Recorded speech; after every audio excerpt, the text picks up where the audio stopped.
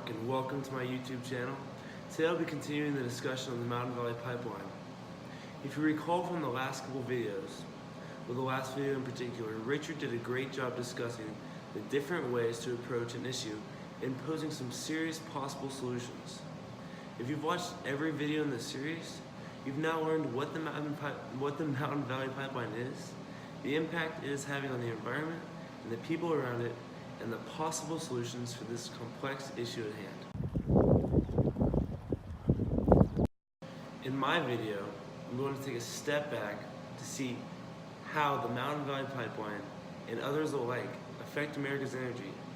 I want to discuss where it's coming from, clean renewable energy sources, and how all of this ties back to the Mountain Valley Pipeline.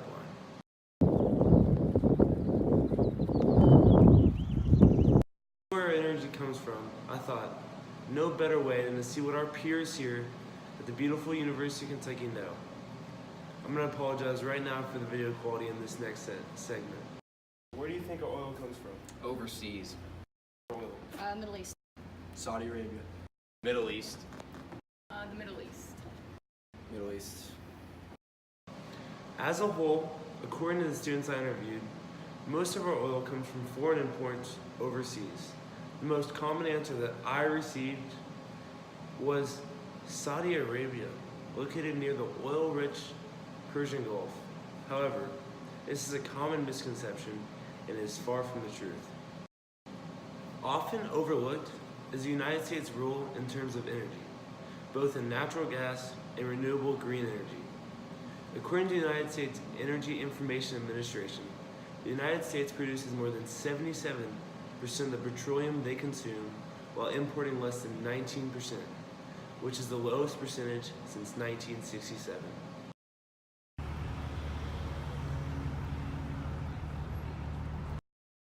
The United States is the world's leading oil producer, and the sooner you realize the significance of that, the better. According to an article written by Zanab Kakudawala, oil prices put the industry at a value of $1.7 trillion, almost 3 times larger than the $660 billion in revenue generated by all major raw materials and minerals combined.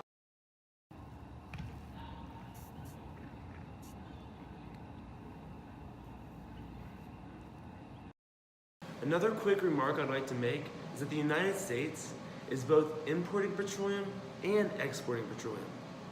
Why that is, you might ask? The answer is simple: logistics. For example, refiners in the U.S. Gulf Coast region frequently find that it makes more economic sense to export some of their gasoline to Mexico rather than shipping it to the East Coast because of larger profit margins when negating shipping costs. Now, how does all this connect back to the Mountain Valley Pipeline? Earlier in this channel, we discussed many of the negatives that accompany this project. However, it is clear that the energy industry has huge economic implications. The experts at EQT Corporation project that there will be major benefits from this project. Natalie Cox writes, the Mountain Valley Pipeline project is projected to generate 4,300 jobs, $396 million in construction and spending, and $35 million in tax revenue in Virginia between 2015 and 2018. When the pipeline is complete, it will have the ability to ship large quantities of gas more efficiently and quicker than previous means. This economic boom goes for similar pipeline projects across the country. One final point that I'd like to make before I wrap up my video is that we are in the midst of a technological age. Every day, scientists and engineers are hard at work creating sustainable and renewable energy sources which will be great for the future of this country. A comprehensive study by the Department of Energy's National Renewable Energy Laboratory, NREL, I know, that's a mouthful, shows that the U.S. can generate most of its electricity from renewable energy by 2050. The figure they provided, 80%. Yeah, that's right, 80%.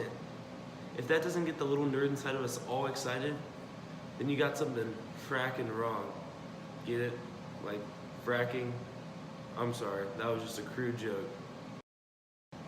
My objective for this video was to take a step back and analyze this massive pipeline project on a national and even international level.